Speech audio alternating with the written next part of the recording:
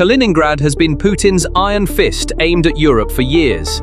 But today, it has become the Kremlin's most vulnerable, most exposed wound. The West is skillfully exploiting Moscow's fragility. Poland and Lithuania have accelerated their operation to strangle Kaliningrad. Roadways are closed, railways are blocked. The sea route is now at risk of being trapped by a snap decision. This diplomatic strangulation has reached its peak, with a threat from Warsaw that amounts to an open declaration of war.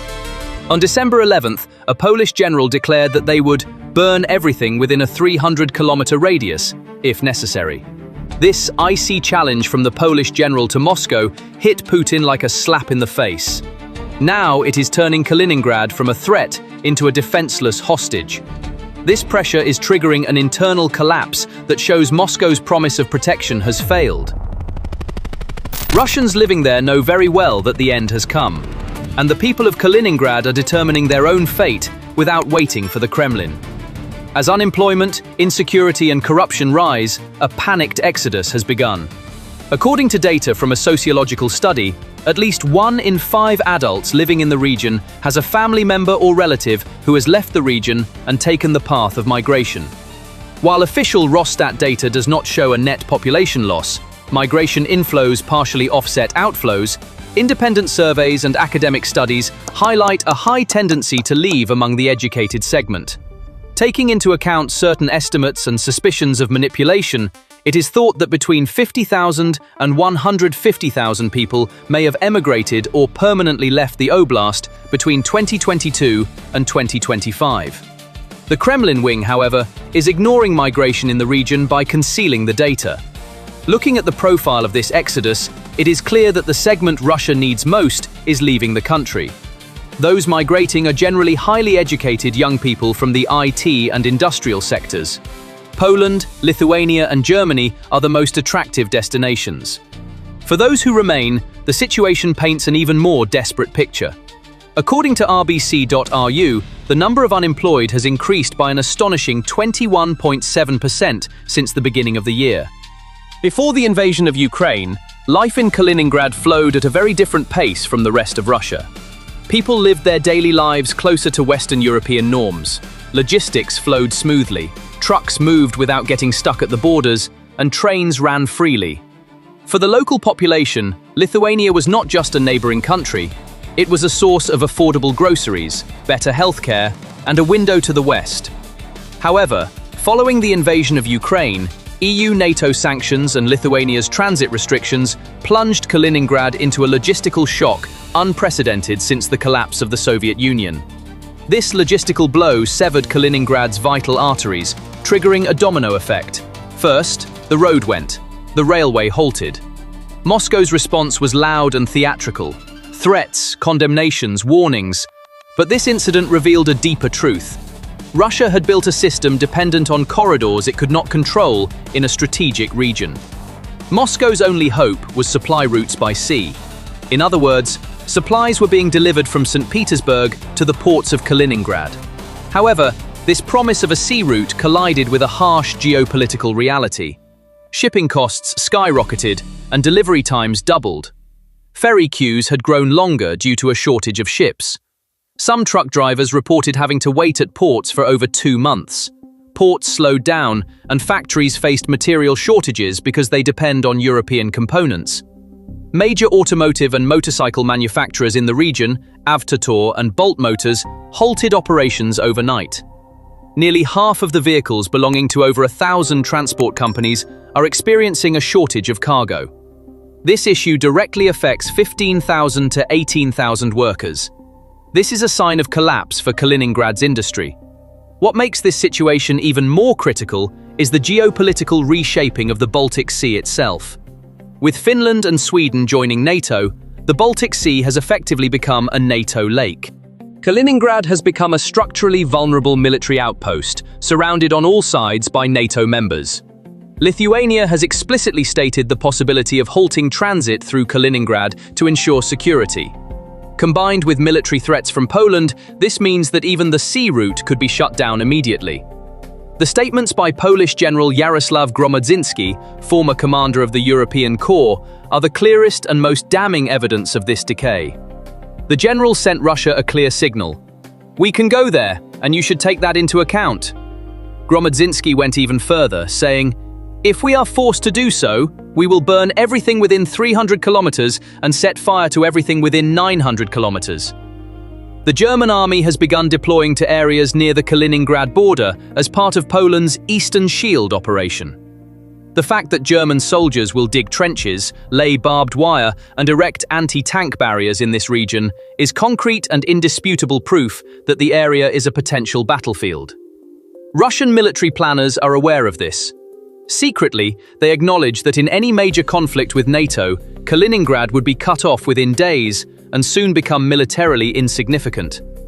Airports and missile facilities could cause significant damage in the first hours of a crisis, but none would survive a prolonged conflict. Geography is unforgiving. An outlying region can demonstrate strength, but it cannot sustain that strength. Moreover, Russia had previously been forced to withdraw its military units from the region. There were two reasons behind this withdrawal. First, to support its army, whose resources are being depleted in the ongoing war against Ukraine. Second, the necessity to establish new units along the new Finnish border following Finland's accession to NATO. This situation shows that Kaliningrad is no longer a military priority, but rather a sign of Moscow's weakness, forced to halt its resources in the face of expanding fronts. The strangest and perhaps most devastating change in Kaliningrad did not occur in economic indicators or military activities, but in the spirit of the city. This change was a wall woven into mines, much deeper than empty shelves in the market. The Kremlin began to fear for its life that this strategic piece of land on the Baltic Sea coast, geographically within Europe, would also drift there mentally. For Moscow, Kaliningrad was no longer just an outpost, but also a potential hotbed of treason. The Kremlin strikes with an iron fist the moment it detects any hint of separatism. Kaliningrad was subjected to a more intense intelligence blockade than the rest of Russia. Authorities began presenting the public's reaction to economic hardship not as rational discontent, but as a game played by Polish or German intelligence. A Kaliningrad resident asking, "Why is cement so expensive?" was instantly labeled part of the West's destabilization operation. A denunciation mechanism reminiscent of the Soviet era was put into place. A climate of fear was created, where neighbors accused each other of pro-Western talk, and local media was completely silenced. Kremlin propaganda portrayed Kaliningrad as a heroic Russian fortress in the middle of the NATO Sea. More S-400 batteries, more Iskander missiles, and more military exercises. Moscow believed that arming the region would make the people feel safe. But the reality for the people of Kaliningrad was quite different. The local population did not see the Poles or Lithuanians around them as enemies. They were neighbors they visited for weekend shopping. The people's real fear was not a NATO attack, but Moscow using them. The people of Kaliningrad realized that they were pawns in Moscow's grand geopolitical game, placed on the table without their consent. The Kremlin was using the region to threaten Europe, but it was the people of Kaliningrad who were paying the price for this threat. The most ironic and tragic aspect was this. Moscow exerted so much pressure to prevent separatism that it actually created a resentment that did not exist. The people grew cold toward the motherland, not because of Europe's influence, but because of Moscow's indifference and pressure. People began to think, "It's not Polish intelligence that provokes us, it's the bills you send us and the locks on the border gates." The more the Kremlin tightened its grip on the region, the more it lost the people emotionally. Kaliningrad's current crisis is not only a result of current geopolitics, but also the scene of a deep historical drama. When these lands were conquered by the Red Army in 1945, Königsberg, the home of Immanuel Kant and centuries of German identity, effectively disappeared. This cultural erasure turned the region into an artificial Soviet border province, unable to establish an organic connection with its past. Today, Kaliningrad is suspended between two worlds, geographically European, politically Russian, and historically caught between German identities. If Russia weakens due to the war in Ukraine and sanctions, the region's future will be plunged into complete uncertainty. As Moscow's subsidies and military support diminish, the local population, especially the young and Europeanized segment, is likely to begin questioning why their region should remain tied to a mainland sliding toward isolation and authoritarian collapse.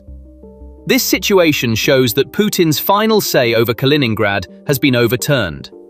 This place, which could be Russia's most cosmopolitan corner, has instead been turned into its most besieged corner. The West's strategy of economic strangulation and military encirclement is succeeding where Putin's ambitions in the Baltic clash most starkly with reality. As a result, Kaliningrad is the point where Putin's ambitions collide most crushedly with reality.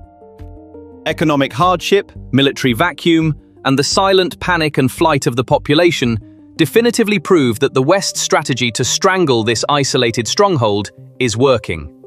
Europe's last imperial outpost is now on the verge of collapse. Once seen as an impregnable stronghold, this outlying region has become a trapped military orphanage under logistical suffocation and NATO's military pressure. This crisis proclaims to the world that the Kremlin's Baltic security is gone, and that the price of war is being paid by the most European Russians. So, what are your thoughts on this matter? Please share your thoughts in the comments. To stay updated on new videos, please subscribe to our channel and don't forget to turn on notifications. Thank you for choosing us.